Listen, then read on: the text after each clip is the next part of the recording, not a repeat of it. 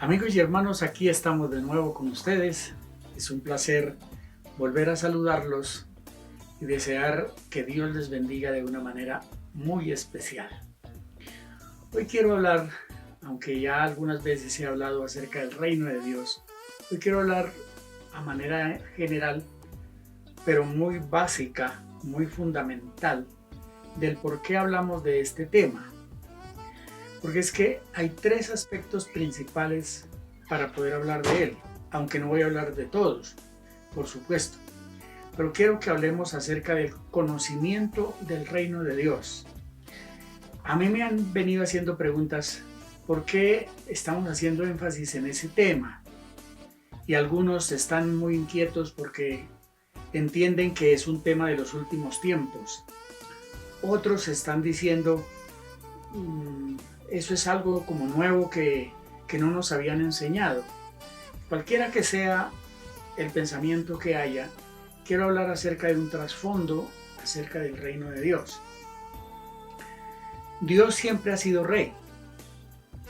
Cuando Él estableció a Adán y a Eva en el huerto, Él era el rey en el paraíso, y Adán y Eva eran sus súbditos, los ciudadanos del reino, y les dio todas las garantías para gobernar, para dominar, para tener todo bajo control como reyes sobre la tierra.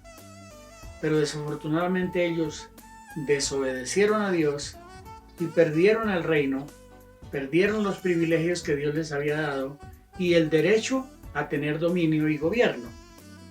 Entonces allí se perdió el plan de Dios, se extravió o fue interrumpido por el pecado del hombre.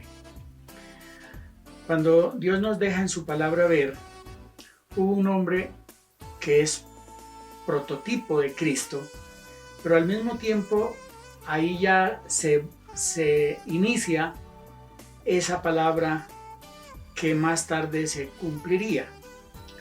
En el libro de Génesis encontramos que Melquisedec bendice a Abraham.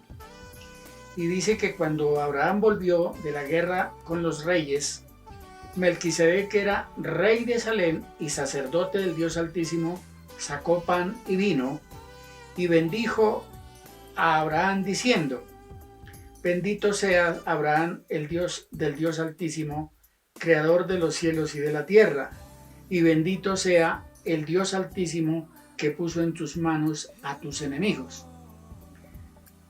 Cuando vemos que Melquisedec era rey y sacerdote, siendo un personaje humano, que era rey de Salem, que quiere decir rey de paz, y era sacerdote del Dios Altísimo, aquí están las dos figuras con que Cristo se manifestaría cuando vino a la tierra y establecería a una iglesia con esas dos características de reyes y sacerdotes.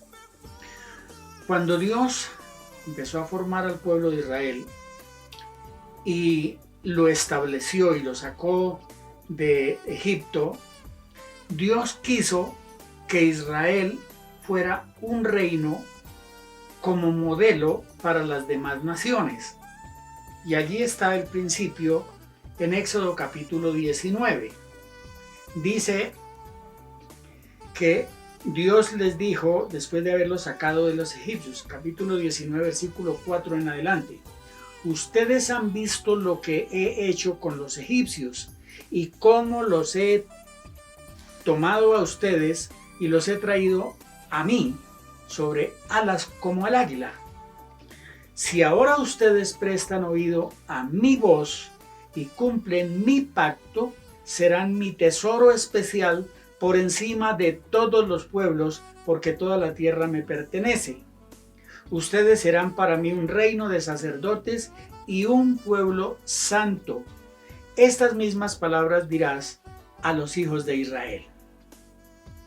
Encontramos aquí, entonces, que Dios le está diciendo: yo quiero que ustedes sean un pueblo diferente. Si ustedes me oyen, me obedecen, cumplen mi pacto, serán mi especial tesoro. Serán un pueblo diferente. Serán amados por encima de las demás naciones. Y dice ahí claramente, ustedes serán para mí un reino de sacerdotes y un pueblo santo. Notemos que en el Edén Dios lo hizo. En Génesis 14 establece ya como un prototipo de reyes y sacerdotes, incluyendo a Cristo, que fue rey y sacerdote. Y luego aquí en Éxodo dice, yo quiero que ustedes, mi pueblo de Israel, sea así, porque la última parte del versículo 6 dice, así dirás estas palabras a los hijos de Israel. Es decir, era para Israel este mensaje. Era para Israel este propósito de hacerlo un reino diferente, un reino teocrático donde Dios fuera el rey y el pueblo fueran los súbditos, los ciudadanos del reino. Pero Israel, aunque en el momento dijo sí, haremos eso, no obedeció a Dios. Y más tarde Israel pidió no un reino como el que quería establecer Dios, sino un reino a su manera. En el primer libro de Samuel encontramos en el capítulo 8 ese acontecimiento. Dice que Samuel envejeció y nombró a sus hijos como caudillos, pero los hijos no andaban rectamente delante de Dios como lo había hecho Samuel, y el pueblo no los aceptó.